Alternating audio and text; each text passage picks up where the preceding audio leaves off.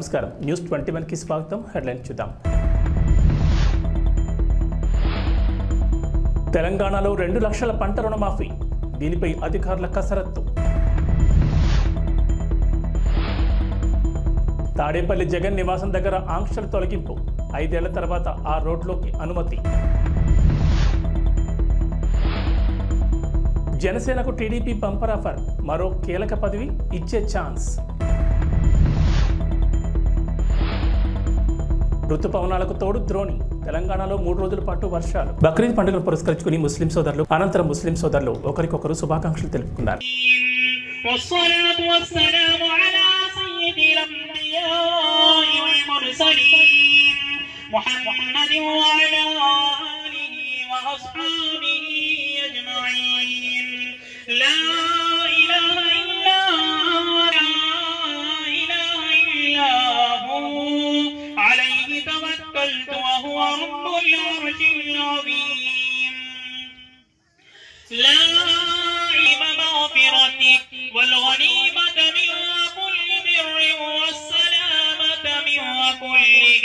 बेशक बहुत बड़े गुनहगार आए अल्लाह खता का रेमुना आटा बात हुआ ये काम करते हैं चैनल में आती है वारामोटी का बेटा हासिल किसका है इसका किले वहां दे फोटो लगा मैं हां इला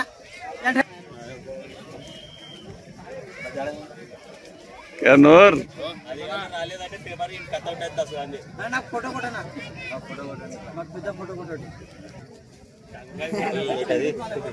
ఆ భాయ్ తూ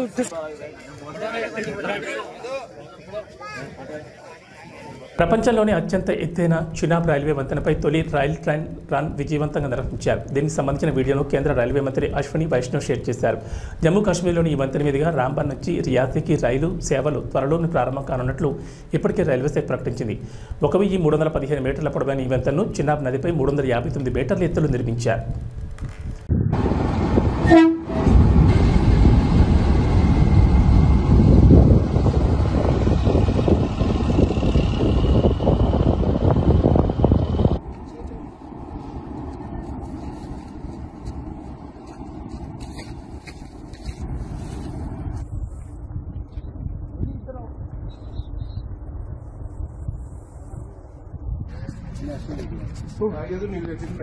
పశ్చిమ బెంగాల్లోని డార్జిలింగ్ న్యూ జల్సాయిగూడలో జరిగిన ఘోర రైలు ప్రమాద దృశ్యాలు భయానకంగా ఉన్నాయి. కాంచనజంగా ఎక్స్ప్రెస్ను గూడ్స్ రైలు ఢీకొట్టడంతో ప్యాసింజర్ బోగి గాలిలోకి ఎగిరింది. సుమారు 15 మీటర్ల ఎత్తులోనే బోగి ఆగి ఉండడం ప్రమాద తీవ్రత తెలుపుతోంది.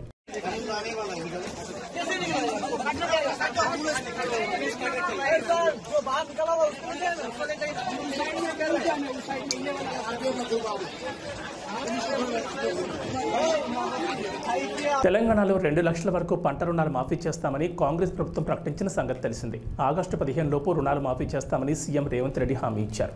ఈ మేరకు నిధుల సమీకరణపై ప్రభుత్వం దృష్టి సారించింది.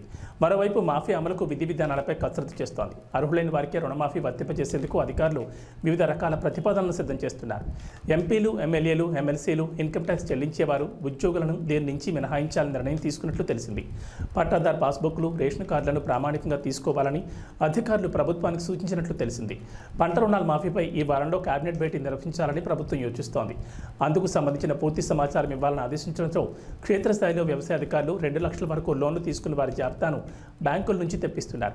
ఈలోగా రుణమాఫీ ఎవరెవరికి అమలు చేయాలని దానిపై వ్యవసాయ శాఖ వివిధ ప్రామాణికాల ప్రాతిపదికన అధ్యయనం చేస్తోందని ప్రభుత్వ వర్గాలు వెల్లడించాయి. కేంద్ర హోంశాఖ సహాయ మంత్రి బండి సంజయ్ కుమార్ యాక్షన్లో దిగారు. తొలిసారిగా కేంద్ర మంత్రి హోదాలో మెదక్ అల్లర్ల విషయంలో స్పందించారు. పోలీసు ఉన్నతాధికారులకు ఫోన్ చేసి ఆరా తీశారు. మెదక్లోని తాజా పరిస్థితులను అడిగి తెలుసుకున్నారు. అశాంతిని నెలకొల్పేలా ఎవరు వ్యవహరించినా కఠిన చర్యలు తీసుకోవాలని పోలీసులకు కేంద్ర మంత్రి బండి సంజయ్ సూచించారు.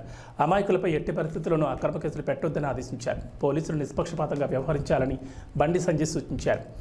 శనివారం రాత్రి మెదక్పట్నంలో 2 వర్గాల మధ్య ఘర్షణ తలెత్తిన నేపథ్యంలో ఉద్రిక్త పరిస్థితులు నెలకొన్నాయి.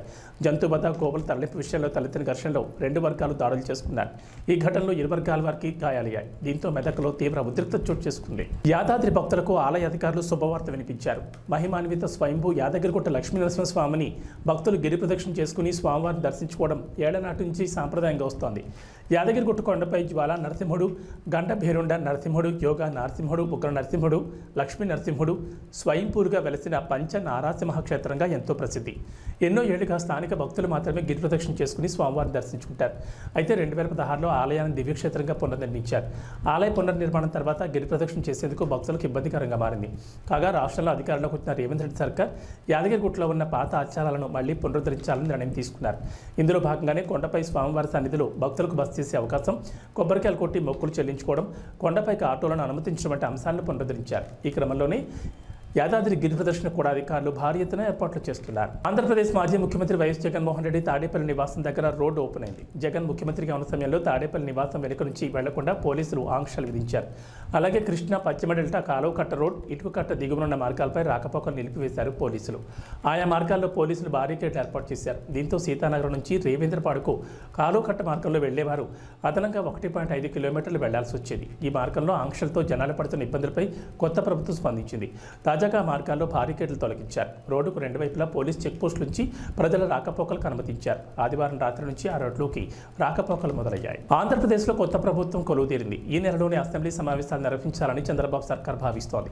ఈ మేరకు కొత్త అసెంబ్లీ స్పీకర్ ఎవరనే చర్చ జరుగుతోంది. టీడీపీ నుంచి పలువురు నేతలు రేసులో ఉన్నట్లు తెలుస్తోంది.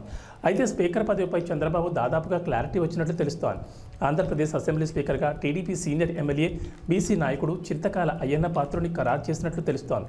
ఈ మేరకు సోషల్ మీడియాలో చర్చ జరుగుతోంది. అంతేకాదు చీఫ్ విప్ పదవిపైన చంద్రబాబు కసరత్తు పూర్తి చేశారని, గుంటూరు జిల్లా పొన్నూరు ఎమ్మెల్యే ధూళిపాల నరేంద్ర కుమార్ పేరు దాదాపుగా ఖరారైనట్లు వార్తలు వినిపిస్తున్నాయి. ఆంధ్రప్రదేశ్లో కూటమి ప్రభుత్వం కొలువుదీరింది. చంద్రబాబు కేబినెట్లో 24 మంత్రి పదవుల్లో జనసేనకు 3 బెర్తలు, బీజేపీకి 1 బెర్తు దక్కింది. ఈ నెల 19 నుంచి అసెంబ్లీ సమావేశాలు నిర్వహించాలని భావిస్తున్నట్లు సమాచారం. అదే రోజు ఎమ్మెల్యేలంతా ప్రమాణ స్వీకారం చేయనున్నారు. కొత్త ఎమ్మెల్యేలతో ప్రమాణ స్వీకారం చేయించేందుకు ప్రోటెం స్పీకర్ని ఎన్నుకోవాల్సి ఉంటుంది. సభలో సీనియర్ ఎమ్మెల్యేకు ఈ బాధ్యతలు అప్పగించడం ఆనవాయితీ. ఆ తర్వాత స్పీకర్, డిప్యూటీ స్పీకర్లను ఎన్నుకోవాల్సి ఉంటుంది. అయితే స్పీకర్గా టీడీపీ సీనియర్ నేత నర్సీపట్నం ఎమ్మెల్యే అయ్యన్న పాత్రుడి పేరు దాదాపుగా ఖాయమైనట్లు తెలుస్తోంది. ఈ క్రమంలో జనసేన పార్టీకి డిప్యూటీ స్పీకర్ పోస్ట్ ఇస్తారని ఊహాగానాలు వినిపిస్తున్నాయి. దీంతో డిప్యూటీ స్పీకర్ పదవి జనసేన పార్టీలో ఎవరికి వస్తుందనే చర్చ మొదలైంది. అయితే సామాజిక సమీకరణాలు దృష్టిలో పెట్టుకుని డిప్యూటీ స్పీకర్ పదవి కేటాయింపై నిర్ణయం తీసుకునే అవకాశం ఉందంటున్నారు. జనసేన పార్టీ మంత్రి పదవుల్లో మంత్రివర్గంలో 2 కాపులు, 1 కమ్మ సామాజిక వర్గానికి అవకాశం కల్పించారు. మరి డిప్యూటీ స్పీకర్గా జనసేన పార్టీలో ఎవరికి అవకాశం కల్పిస్తారన్నది ఆసక్తికరంగా మారింది. ప్రజల ఆకాంక్షలు నెరవేర్చే ప్రభుత్వం రాష్ట్రంలో ఏర్పడిందని అవనిగడ్డ నియోజకవర్గ యువ నాయకులు మండలి వెంకట్రామ్ అన్నారు. చల్లపల్లి మండల జనసేన పార్టీ కార్యాలయంలో విజయోత్సవ వేడుకలను ఆదివారం రాత్రి ఘనంగా జరిగాయి. ముఖ్య అతిథిగా విచ్చేసిన వెంకట్రామ్ కేక్ కట్ చేసి జనసేన పార్టీ శ్రేణులకు తినిపించారు. ఈ కార్యక్రమంలో జనసేన పార్టీ మండల అధ్యక్షులు చోడగం విమలకృష్ణ, కార్యాలయ ఇన్ఛార్జ్ బొందలపాటి వీరబాబు, పసుపులెట్టి రవికుమార్, తోట మురళీకృష్ణ, కోళ్ల ప్రసాద్, సూదాన నందగోపాల్, అడపా రవి, బొందలపాటి ప్రసాద్, అడపా రాంబాబు, పార్టీ నాయకులు, కార్యకర్తలు పాల్గొన్నారు.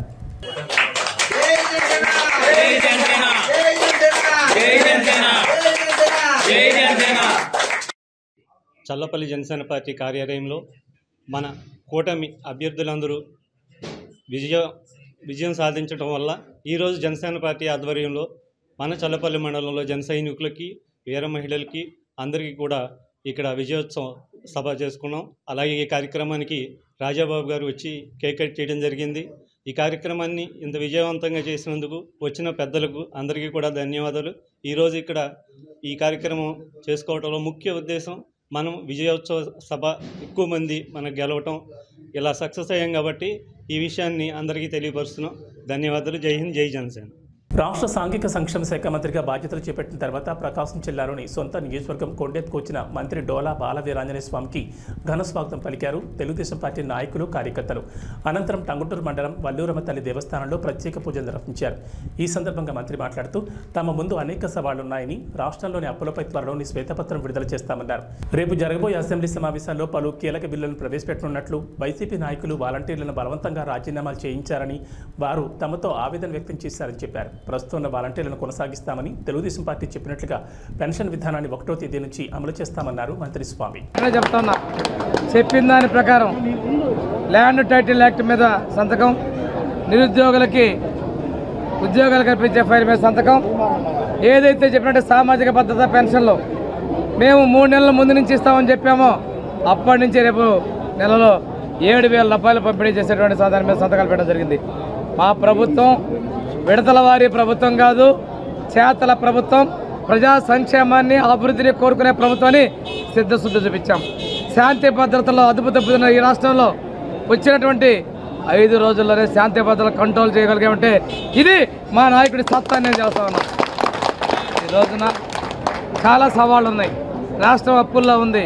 వీటన్నిటి మీద శ్వేతపత్రాలు త్వరలో విడుదల చేయబోతున్నాం. అంతేకాకుండా రేపు అసెంబ్లీలో పలు కీలక బిల్లులు ఈ రాష్ట్రంలో ప్రవేశపెట్టబోతున్న విషయాన్ని కూడా మేము తెలియజేస్తున్నాం. మన జిల్లా విషయంకి వస్తే ఎన్నికల ప్రచారం మేము చెప్పినట్టుగా వెలుగొండ ప్రాజెక్టు పూర్తి చేసేదానికి కంకణం పట్టున్నాం.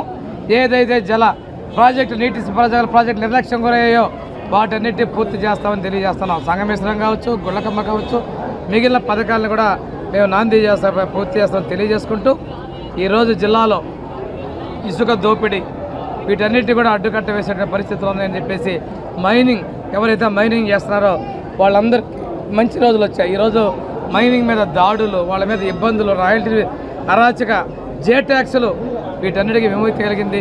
జిల్లా ఆదాయాన్ని పెంచే విధంగా ఉన్నాం.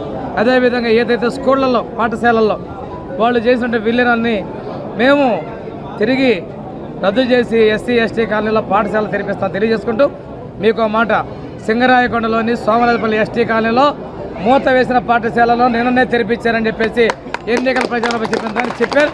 మా విద్యాశాఖ మంత్రి మా లోకేష్ బాబు గారు కూడా చొరవ చూపించారని చెప్పి నేను తెలియజేసుకుంటున్నాను. ఇందులో పూర్తి చేయడంలో ఆ సైట్ని పూర్తి చేయడంలో మా సత్య గారి మిగతా దాతలు కూడా చొరవ తీసుకున్నారని మీకు తెలియజేస్తున్నాను. విద్యను మేము పేదలకు అందించే వాళ్ళం కానీ వాళ్ళలాగా దూరం చేసే వ్యక్తులం కాదు.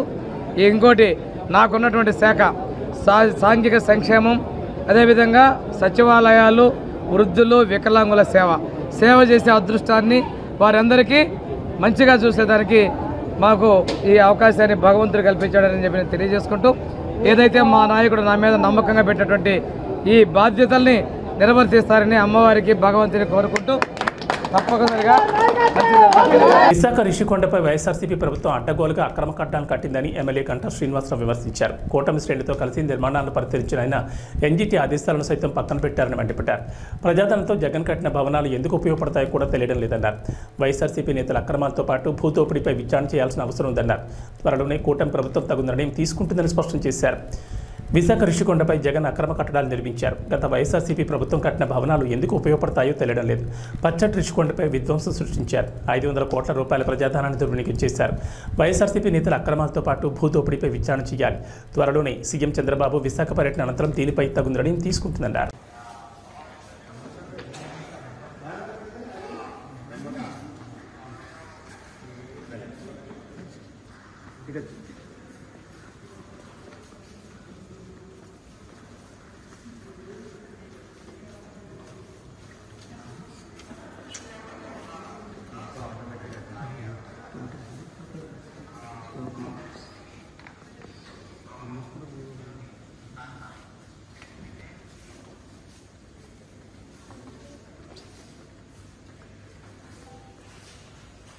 వైఎస్ఆర్ కడప జిల్లా బద్వేల్ నియోజకవర్గంలోని కూటమి అభ్యర్థి బొజ్జా రోషన్ విజయానికి ఏమాత్రం కృషి చేయకుండా వైసీపీ అభ్యర్థి విజయానికి సహకరించారని, వారిని తెలుగుదేశం పార్టీ నుంచి బహిష్కరించాలని కాశీనాయన, కలసపాడు, పోరుమామిడి మండలానికి సంబంధించిన తెలుగుదేశం పార్టీ నాయకులు అన్నారు.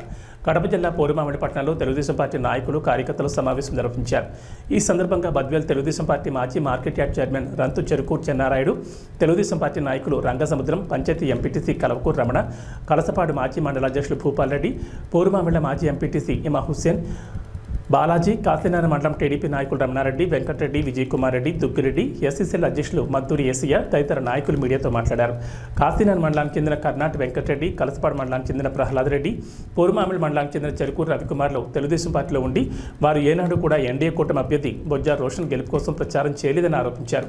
కనీసం ఎన్నికల సమయంలో కూడా సహకరించలేదని, వైసీపీకి తమ పూర్తి సహకారాలు అందించారని వారు ఆరోపించారు. వారు చేసిన భాగవతాలు నియోజకవర్గంలో ప్రజలందరికీ తెలుసన్నారు. తాము టీడీపీ నాయకులు అంటూనే టీడీపీ ప్రతిష్ఠ దెబ్బతినేలా స్థానిక పార్టీ నాయకుల పట్ల అసత్య ఆరోపణలు చేస్తూ కూటమి అభ్యర్థి విజయ అవకాశాలు దెబ్బతినేలా వ్యతిరేకంగా పనిచేసిన వారికి టీడీపీతో ఎలా సంబంధం ఉంటుందని వారు ప్రశ్నించారు. అటువంటి వారిని టీడీపీ నుండి బహిష్కరించాలన్నారు. బద్వేల్ మాజీ ఎమ్మెల్యే విజయమ్మ, టీడీపీ నాయకులు ప్రతీష్ కుమార్లపై అసత్య ప్రచారాలు చేస్తున్నారని, ఇకపై ఇలాంటి అసత్య ప్రచారాలు చేస్తే సహించేది లేదని పార్టీ అధిష్టానం దృష్టికి తీసుకెళ్తామని వారు హెచ్చరించారు. తెలుగుదేశం పార్టీకి వెన్నుపోటు పొడిచి మంత్రులను కలవడం సరైంది కాదన్నారు. పంచాయతీ 1వ వార్డుకి ఎంపీటీసీగా ఉన్నాను. సో ముందుగా ఈ కార్యక్రమం చేసినటువంటి తెలుగుదేశం పార్టీ నాయకులకు, కార్యకర్తలకు, అదేవిధంగా పత్రికా మిత్రులకు కూడా ముందుగా శుభోదయం తెలియజేస్తా ఉన్నా. ఈరోజు ఇక్కడ సమావేశం ఏర్పాటు చేయడానికి ముఖ్య ఉద్దేశం ఈరోజు తెలుగుదేశం పార్టీ నాయకులము కార్యకర్తలము అని చెప్పుకుంటూ తెలుగుదేశం పార్టీ ముసుగులో వైఎస్ఆర్ కాంగ్రెస్ పార్టీకి సపోర్ట్ చేసి వైఎస్ఆర్ కాంగ్రెస్ పార్టీ తరఫున డబ్బులు పంచినటువంటి వ్యక్తుల గురించి మీ దృష్టికి తీసుకురావాలి, అదేవిధంగా సమాజం దృష్టికి తీసుకురావాలి, అదేవిధంగా నాయకత్వం దృష్టికి తీసుకోవాలనే ఉద్దేశంతో సమావేశం ఏర్పాటు చేయడం. అన్ని దానాల్లోకెల్లా విద్యాదానం గొప్పదని, నిరుపేద విద్యార్థులకు మరింత విద్య అభ్యసించేందుకు పేదరికం అడ్డు కాకూడదని కృష్ణ బలిజ సేవా సంస్థ ఆధ్వర్యంలో తణుకులో నిరుపేద కుటుంబం ఇబ్బంది పడుతోందని మిత్రుడి ద్వారా సమాచారం అందుకుని స్వయంగా తణుకు వెళ్లి Tanuku TDP MLA Arimilli Radhakrishna camp కార్యాలయంలో గంటా త్రిమూర్తుల సౌజన్యంతో ఎండమాని గౌరీ కుమార్లు 7వ తరగతి 2వ తరగతి చదువుతున్న చంద్రమౌళి సాయి మదన్ అమరేశ్వర్కు 30,000 రూపాయల ఆర్థిక సహాయం ఎమ్మెల్యే ఆరిమల్ రాధాకృష్ణ చేతుల మీదుగా సేవా కార్యక్రమాలు నిర్వహించారు. ఈ సందర్భంగా తణుకు ఎమ్మెల్యే దాతా గంటా త్రిమూర్తులను అభినందించారు. ఈ సందర్భంగా గంటా త్రిమూర్తులు మాట్లాడుతూ 2024 విద్యా సంవత్సరం ప్రారంభమైందని, చదువుకి పేదరికం అడ్డు రాకూడదని, ప్రతి విద్యార్థి చక్కగా చదువుకోవాలని, చదువుకునే విద్యార్థులకు మంచి భవిష్యత్తు ఉందని ఈ కార్యక్రమం నిర్వహించడం చాలా ఆనందంగా ఉందన్నారు. ఈ కార్యక్రమంలో యలమంచిలి శ్రీనివాసరావు, విన్నకోట వినయ్, నేదులూరు గంగాధర్ తిలక్, మద్దుల సాయిరాం, కాపా అమర్బాబు, కొలగాన్ దుర్గాప్రసాద్, కొలగాన్ రాంబాబు తదితరులు పాల్గొన్నారు.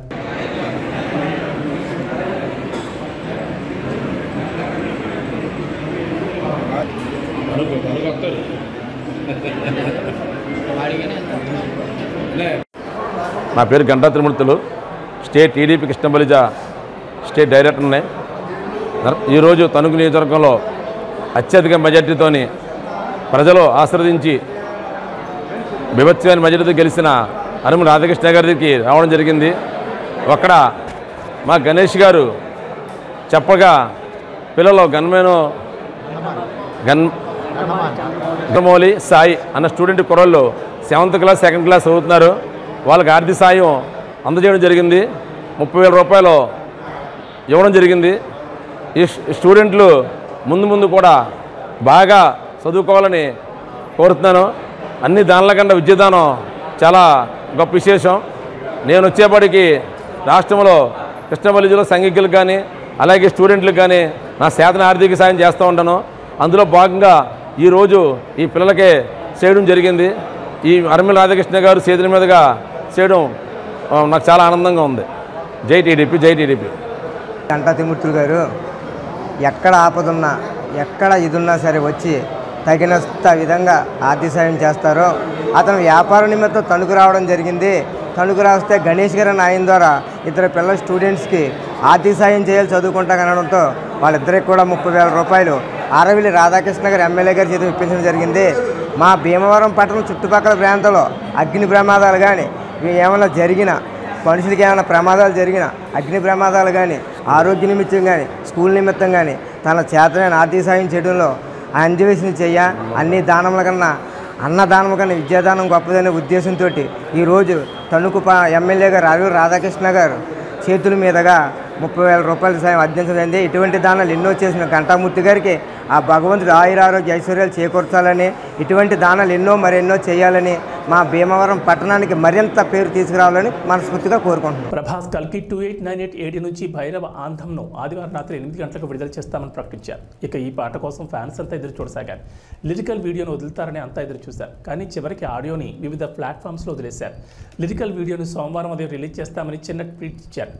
దీంతో డార్లింగ్ ఫ్యాన్స్ ఆగ్రహం వ్యక్తం చేస్తున్నారు. ఇవేం ప్రమోషన్స్ రా అంటూ ఫైర్ అవుతున్నారు. ఒక నేనే నాకు చుట్టూ నేనే అంటూ సాగిన ఈ పాట అదిరిపోయిందని డార్లింగ్ ఫ్యాన్స్ ఖుషి అవుతున్నారు. అయితే ఈ ఆడియో మాత్రమే రావడం, లిరికల్ వీడియో వదలకపోవడంతో కాస్త డల్ అయ్యారు. దీంతో కల్కి టీం వైజయంతి ప్రమోషన్స్ని ఏకిపారేస్తున్నారు. ప్రతిసారి ఇలానే ఏదో ఒకటి చేస్తూ ఉంటారని మండిపడుతున్నారు. ఇక వాతావరణ విషయానికి వస్తే తెలంగాణకు వాతావరణ శాఖ అధికారులు రెయిన్ అలర్ట్ జారీ చేశారు. నైరుతి ఋతుపవనాలతో ద్రోణి ప్రభావంతో నేటి నుంచి 3 రోజుల పాటు వర్షాలు కురుస్తాయన్నారు. రాయలసీమ నుంచి పశ్చిమ మధ్య బంగాళాఖాతం మీదుగా మధ్య బంగాళాఖాతం వరకు ద్రోణి కొనసాగుతుందని అన్నారు. సముద్ర మట్టానికి 3.1 నుంచి 5.8 కిలోమీటర్ల ఎత్తులో ఈ ద్రోణి కేంద్రీకృతమే ఉందని చెప్పారు. ద్రోణి కారణంగా 3 రోజుల పాటు తేలికపాటి నుంచి ఓ మోస్తరు వర్షాలకు ఛాన్స్ ఉందన్నారు. వర్షం కురిసే సమయంలో ఉరుములు మెరుపులకు తోడు గంటకు 30 నుంచి 40 కిలోమీటర్లతో ఈదురుగాలు వస్తాయన్నారు. కొన్ని ప్రాంతాల్లో పిడుగులు పడే అవకాశం ఉందని జాగ్రత్తగా ఉండాలని హెచ్చరించారు. ఇవాళ ములుగు, ఆదిలాబాద్, కొమరంభీం, ఆసిఫాబాద్, నిజామాబాద్, జగిత్యాల, రాజన్న సిరిసిల్ల, ఖమ్మం, నల్గొండ, సూర్యాపేట, వికారాబాద్, సంగారెడ్డి, మంచిర్యాల, నిర్మల్, భద్రాద్రి కొత్తగూడెం, మేడ్చల్, మల్కాజ్గిరి, కామారెడ్డి, మెదక్, మహబూబాబాద్, రంగారెడ్డి జిల్లాలో భారీ వర్షాలు కురిసే అవకాశం ఉందని పేర్కొన్నారు. ఈ మేరకు ఎల్లో అలర్ట్ జారీ చేశారు వాతావరణ శాఖ అధికారులు.